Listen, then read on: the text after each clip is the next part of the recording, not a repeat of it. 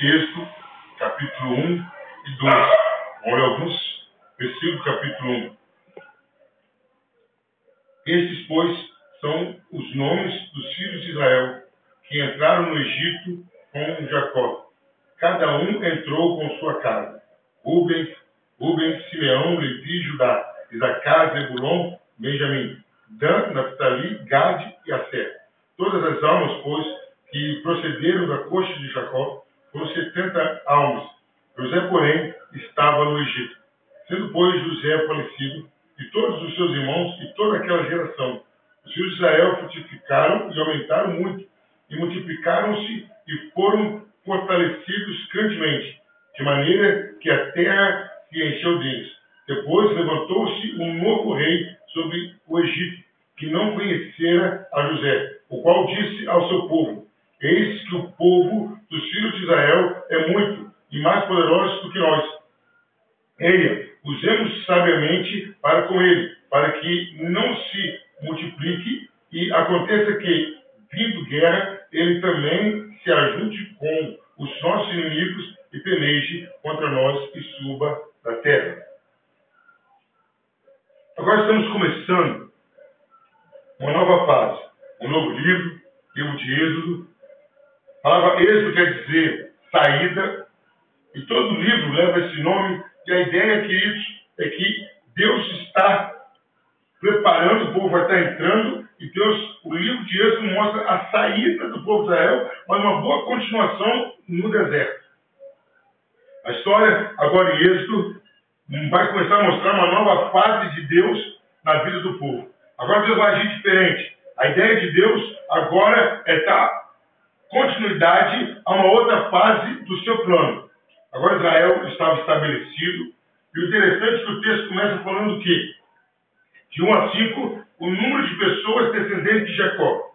No versículo 6, avisa, no capítulo 1, que toda aquela geração passou José, seus irmãos, isto é, a geração dos patriarcas, dos pais de Israel, acabaram. Não é mais os patriarcas, os protagonistas, os personagens principais. A geração patriarca, a época, a fase dos patriarcas acabaram. Deus agora já tinha separado um povo, já tinha constituído um povo. Povo este pequeno, então. Era um povo formado de apenas 70 pessoas. Mas aí, queridos, a partir do versículo 7, começa a anunciar. O que começa a anunciar? Crescimento, fortalecimento. A Bíblia começa a falar de multiplicação. O povo começa a multiplicar, crescer. Aí, do versículo 8 até o 14, acontece o quê? Agora, o povo de Israel toma outra forma. José morre, o faraó que conhecia José morreu também, se levanta um outro faraó, um outro rei, e esse novo rei, esse novo faraó, começa a se preocupar com os hebreus. Os hebreus começam a ficar mais fortes que o próprio povo do Egito. E o rei fazendo um mau juízo deles, por não conhecer a palavra de Deus, por não conhecer o povo, por não saber o benefício que os hebreus trouxeram para o Egito. Ele contamina os egípcios, falando: olha, esse povo é grande, para que não aconteça uma guerra e ele se levante contra a gente, vamos começar a eliminar. A ideia dele inicial era que as crianças, os meninos principalmente, nascendo, as parteiras jogassem e matassem as crianças.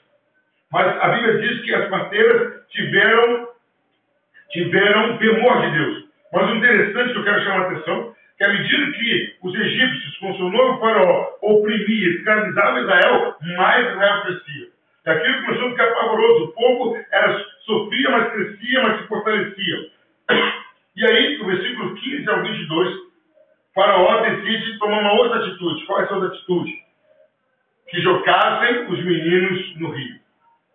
E aí começou, os meninos nasciam, se fosse menino, jogaria no rio. Aí começou o livramento de Deus. Qual foi esse livramento de Deus? Mais uma vez, a gente acompanha aí a mão de Deus protegendo os meninos da mão de Faraó. Mas aí, querido, a gente entra agora numa coisa interessante. Qual era a sentença? Jogar no rio Nilo. O rio que agora seria como a desgraça, a destruição de Israel, nós vamos ver que é esse próprio rio, no capítulo 12, que Deus usa. Qual é a ideia? A tentativa de enfraquecer o povo de Deus. Lógico que Faraó não via aquele povo como povo de Deus, via como uma ameaça. Mas aí, querido, a gente pode observar, no capítulo 2, Deus começa agora a levantar um novo nome. Agora não era mais Jacó, não era mais José, não era Isaac, não era Abraão, não era Noé, não era Adão. Agora um novo nome surge, um novo personagem, um novo instrumento surge. Aqui, queridos, Deus começa a falar sobre um novo homem, Moisés. No versículo 1 e 2 do capítulo 2, a origem de José, Levi. É a tribo de Levi que é escolhida. Aquela mesma tribo que o seu fundador, o seu patriarca Levi, fez aquela atrocidade matando o povo Siquém. Agora Deus pega de Levi um homem e uma mulher que geram e dão à luz a uma criança. Interessante que aqui no versículo 2 diz que a mãe viu que ele era formoso e não quis sacrificar o filho agora no Rio Negro. Dificilmente uma mãe não vai achar o filho formoso. Mas aqui se mostra que Moisés foi tão formoso, até então não tinha esse nome, que chamou a atenção da mãe e ela, por um milagre, escondeu uma criança por 3 meses, que já é milagre. Esconder uma criança por 3 meses, sem ninguém saber, já é milagre. Mas chega uma hora que ela decide, fala, olha, não tem mais como. Esconder criança por 3 meses, não tem como. Ela usa o próprio Rio Nilo, coloca Moisés no cesto e solta. E Moisés vai parar na margem do rio, onde a filha de Faraó se banhava. Ele é encontrado por ela, e Miriam estava olhando de longe, a irmã de Moisés, estava olhando de longe. Quando a filha de Faraó age, Miriam se apresenta e fala, olha, eu posso indicar alguém para cuidar da criança. E aí ela indica a própria mãe, a filha de Faraó passa um salário para ela. E o interessante é que o que é para destruir foi usado para preservar. Criado agora, Moisés ia ser criado pelos princípios de Jeová e aprender sobre Deus. Aí no versículo 15, do versículo 11 a 15, a gente começa a observar, queridos, que Moisés já é grande. Ele volta para ser criado no palácio de Faraó, mas não perdeu os princípios que ele recebeu da sua mãe, Joquebede. E ele volta para lá, e é criado no palácio, e ele começa a ver os seus irmãos hebreus sendo afligidos, e numa precipitação humana ele mata um egípcio e se esconde. No outro dia ele sai, vê 2 hebreus brigando, ele tenta intervir, e ele é advertido e fala, você não é juiz entre nós, ou você vai me matar como matou o outro egípcio. E ele fica percebendo, ó, para descobrir que eu matei. E ele sai do Egito foragido, porque Faraó tenta matá-lo.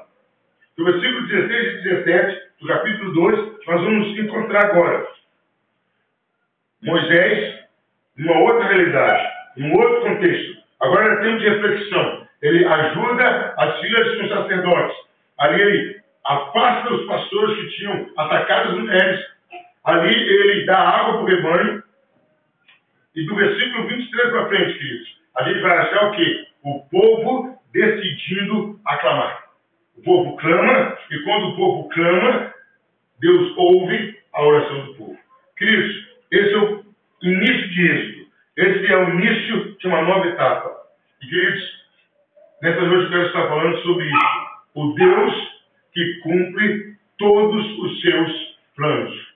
O Deus que cumpre todos os seus planos. Queridos, Abraão já tinha falado que Israel entraria no Egito e ali iria ser escravo e ali seria tirado. Agora nós estamos vendo a nova etapa do plano de Deus. E, queridos, algumas coisas nós vamos perceber. Primeira coisa que eu quero tirar de lição para as nossas vidas. Primeira coisa, queridos, no plano de Deus, a gente encontra que Deus nos chamou para sermos grandes. Deus chama Israel para ser grande. Deus chama a mim e a você para sermos grandes. A primeira coisa que isso no plano de Deus, isso não é chavão de pregador avivalista. Isso é plano de Deus. Deus chama Abraão e fala, te farei de ti uma grande nação. E agora a gente já começa a perceber, queridos, que no versículo que a gente encontra aqui, no versículo 7 do capítulo 1, fala que Israel frutificou, multiplicou, cresceu. A primeira coisa que eu quero falar, queridos, no grande plano de Deus, todos aqueles que são chamados, são escolhidos, são chamados e são escolhidos para serem Deus chamou a mim, chamou a você. Deus separou um público, Deus separou um povo, Deus separou uma família para Ele, mas a intenção dessa família é que ela viesse a ser grande. E todos os chamados por Deus se tornam grandes. Se você olhar o livro de Apocalipse, nós vamos perceber que ali fala que veio uma multidão que ninguém pode contar, 1 milhão de milhares. Ainda que chame que o povo evangélico é pequeno, mas o propósito de Deus é que ele venha a ser grande. O propósito de Deus, na minha vida e na sua vida, que venhamos a ser grandes. Primeira coisa que a gente tira. Segunda coisa, queridos, que a gente pode observar. Há tempo para todas as coisas nas nossas vidas. Há tempo para todas as coisas em nossas vidas. No versículo 6, a gente encontra falando que José morreu e seus irmãos. No versículo 8, a gente encontra que levantou-se um novo rei sobre o Egito que não conhecera a Israel. Queridos, há tempo na nossa vida para todas as coisas no plano de Deus. Houve um tempo em que José existia, que os patriarcas existiam, que o faraó bom existia. E entrou-se um novo tempo. Meu querido, eu quero dizer para você que não importa a fase que você está, o que você está passando, ela vai passar porque faz parte do plano de Deus. Momentos ruins vão passar, momentos bons vão passar, tristeza vai passar, alegria vai passar, derrota vai passar, vitória vai passar. O plano de Deus inclui que há fases na sua vida que elas vão passar. Primeira coisa, queridos, nós falamos que eu e você fomos chamados para ser grandes. Segunda coisa que nós vimos que as fases de nossas vidas são passageiras, são transitórias, elas vão passar, elas vão terminar. Terceira lição, um Deus que faz plano. Primeira lição, somos chamados para ser grandes. Segunda lição, somos chamados e entendemos que as nossas fases de nossas vidas vão passar. Agora, queridos, é uma coisa interessante. Do versículo 8 ao 14, tem uma outra parte do plano de Deus. Sabe quando é que a gente cresce? É até doído de falar isso no coração, até dói no coração, mas sabe quando é que a gente cresce? Nós crescemos no período da dificuldade. É na prova que nós crescemos. É quando as coisas arrocham que nós crescemos. É quando perdemos coisas, quando perdemos privilégios. Queridos, a terceira lição para nossas vidas hoje, de Êxodo 1, capítulo 1, capítulo 2, é que o nosso crescimento vem na dificuldade. Se você olhar, meu querido, caso você esteja numa prova, caso você esteja numa situação difícil, desempregado, problema familiar, problema de saúde, problema financeiro, problema espiritual, é aí que você mais cresce. Você entra na prova de um jeito e você sai na prova maior e mais maduro. Mas o plano de Deus consiste nisso. Ninguém na Bíblia, querido, você pode observar na Bíblia, ninguém na Bíblia, ninguém fora da Bíblia, eclesiasticamente falando, cresceu sem sofrimento, cresceu sem prova. O nome de Jesus foi colocado acima de todos os nomes. Mas por quê? Passou pelo Getsemane, passou 33 anos na terra, passou pela cruz, passou pela sepultura e hoje é o nome acima de todo nome. Então, querido, eu quero dizer uma coisa para você. No plano de Deus está incluso um momento de prova na sua vida. Porque é nessa prova que você cresce. O povo de Israel, quanto mais era oprimido por Faraó, mais ele crescia. O povo de Israel, quanto mais era apertado, mais ele se fortalecia. Meu querido, para e analise. Antes de você reclamar de uma prova, antes de você reclamar de uma dificuldade, você está mais maduro. Você está mais firme. A sua fé está mais encorpada. A sua fé está mais baseada na palavra de Deus. É isso que a gente tira. O Deus que leva completamente o plano. Primeiro, Ele nos escolheu para ser grande. Segundo, Ele tem um tempo para todas as coisas que acontecem na nossa vida. Terceiro, Ele nos dá prova, Ele nos dá dificuldade para que venhamos a crescer. Outra coisa, queridos, que a gente tira, que lição desse Deus, que Deus sempre tem um livramento para um plano diabólico. Deus tem sempre um livramento para um plano diabólico. Que é a quarta lição. Queridos, dioturnamente, constantemente, Satanás planeja contra a sua vida, contra o seu casamento, contra a sua finança, contra a sua vida espiritual, contra o seu ser. Mas para cada plano satânico, para cada investida diabólica, Deus tem um livramento. Deus vai usar pessoas que vão temê-lo e vão poupar a sua vida. É o que aconteceu. Faraó deu uma ordem para as parteiras: ó, pegue os filhos homens dos hebreus e matem. Elas temeram a Deus e pouparam. Temiam a Deus e pouparam. Meu querido, para cada ataque diabólico tem um livramento da parte de Deus. Para cada investida do diabo tem um livramento da parte de Deus. Você não tem que temer Satanás, você não tem que temer nada, você tem que vigiar para você não colocar o pé numa cilada. Mas que Deus vai te dar livramento, vai dar livramento. Uma coisa interessante que eu quero destacar aqui, do versículo 15 em diante, a ordem do rei de Faraó muda. Joga as crianças no rio Nilo. E daí eu já vou puxar a ponte para o capítulo 2. Meu querido, tudo aquilo, oh, aleluia, glória a Deus, toda aquela arma, toda aquela estratégia que foi levantada por Satanás. Eu quero dizer uma coisa para você. Às vezes você está achando que é seu patrão está te perseguindo, você está achando que é o seu irmão de igreja, está achando que é a liderança da igreja, está achando que é a sua sogra, está achando que é o seu marido, está achando que é a sua esposa. Ei, meu filho, para. É Satanás que talvez está usando pela permissão de Deus para aquela pessoa te provar. Mas eu quero dizer uma coisa baseada no que estamos vendo aqui. O rio Nilo era a desgraça dos meninos dos hebreus. Mas o próprio rio Nilo que Deus usou para preservar a vida de Moisés.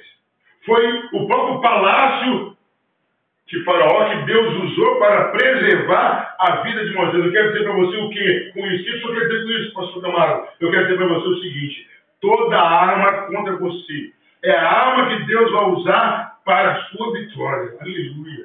Aquilo que o diabo amou contra você, aquela humilhação, aquela situação constrangedora, aquela derrota que estava imanente, é essa arma, é esse instrumento que Deus vai usar para a sua vitória.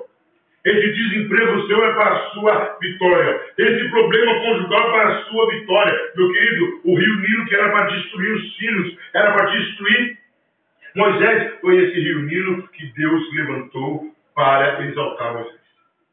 Mas o texto não para por aí, não. Em Êxodo capítulo 2 começa falando quem eram os pais de Moisés. De qual tribo? Essa mesma tribo que foi amaldiçoada por Jacó no final de Gênesis. Agora é o instrumento de Deus. Pastor, isso quer dizer com isso, meu querido? Não importa como foi o seu passado. Eu quero dizer para você que Deus quer te usar como instrumento de bênção.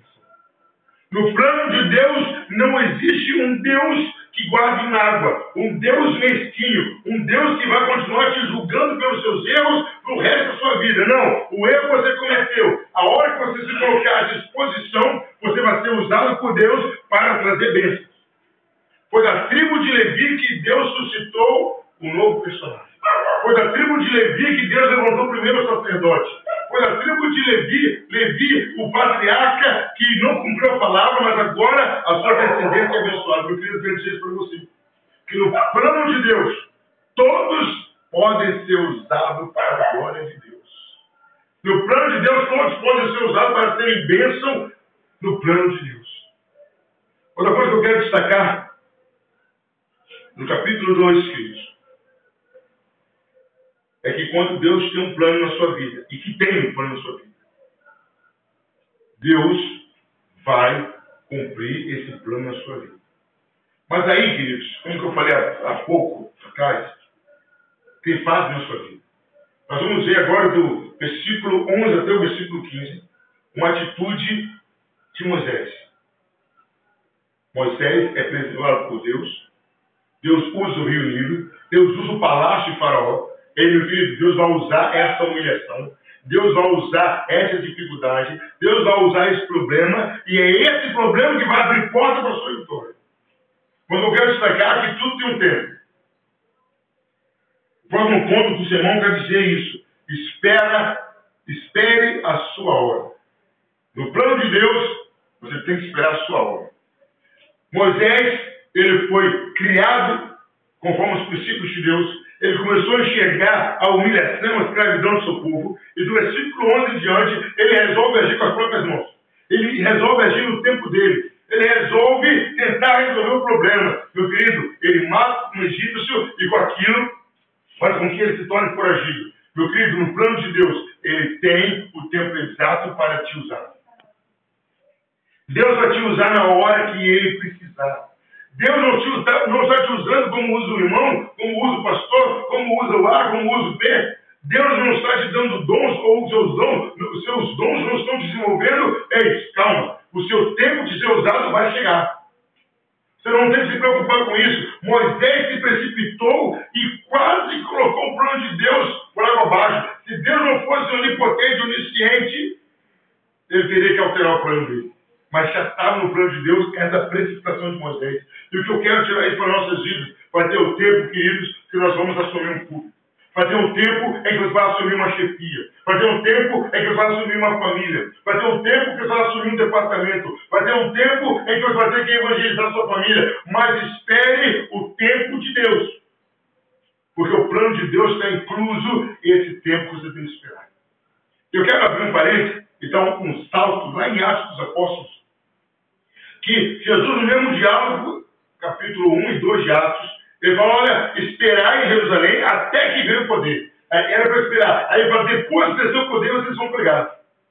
Queridos, Deus tem tudo planejado. Deus tem visto a sua dedicação, Deus tem visto a sua seriedade. Deus tem visto o seu compromisso. E no tempo de Deus, não no tempo seu, no tempo do homem, mas no tempo seu, Deus vai te exaltar de um modo sobrenatural e vai te usar. Então não se precipite. Espere. Mas aí, queridos, pela misericórdia de Deus, mesmo na precipitação de Moisés, mesmo na minha precipitação, na sua precipitação, mesmo na sua aprovação, na minha aprovação, Deus prepara um lugar de restauração. Moisés encontra com as filhas de um sacerdote, ajuda aquelas meninas, aquelas moças, e ali ele acha um lugar de guarida, um deserto. Ali Moisés acha uma família, ali ele constitui uma casa para Síbora. Ali Moisés se reestrutura. Ali Moisés volta ao equilíbrio. Ali Moisés começa a ter uma vida de família que ele havia perdido. Meu filho, quero dizer para você que no plano de Deus há um momento de restauração. Há um momento em que você vai parar e analisar o que você fez. Há um momento em que Deus vai esperar se preparar para você voltar. Foi isso que aconteceu com Moisés. Foi isso que aconteceu na vida de Moisés. Ele se age precipitadamente, não espera o tempo de Deus. E ele age mais do Egito, você tem que ficar foragido, mas Moisés não foi desamparado por Deus. Deus prepara uma família e aonde ele se estrutura, onde ele vai trabalhar, onde ele vai ser pastor de ovelha, onde ele vai cuidar, onde ele vai ter responsabilidades. O interessante é que enquanto Moisés estava no palácio, Deus não falou com ele. Quando Moisés vai para o deserto cuidar de ovelhas, Deus fala com ele. Isso nós vamos ver semana que vem, com a graça de Deus, no capítulo 3. Aqui eu tenho uma tese, há muito tempo que eu afirmo. Deus só chama quem está ocupado. Quem está à toa, Deus não chama. Quem está sem compromisso, Deus não chama. Deus só chamou Moisés quando estava trabalhando. Deus fez assim com Davi, Deus fez assim com Gideão. Deus fez assim com... Só chama quem está trabalhando. Então, queridos, há um tempo de refrigério e de restauração na sua vida. E o último ponto que eu quero destacar está aí no versículo 23 a 25 do capítulo 2. É quando o povo resolve aclamar. E o interessante, queridos, eu não sei, eu não me aprofundei sobre o tempo, a cronologia dos fatos, mas pela sequência, o povo clama depois que Moisés já está crescido e já está no deserto. O que eu quero dizer para você nessa noite, meu filho? A sua resposta já está pronta.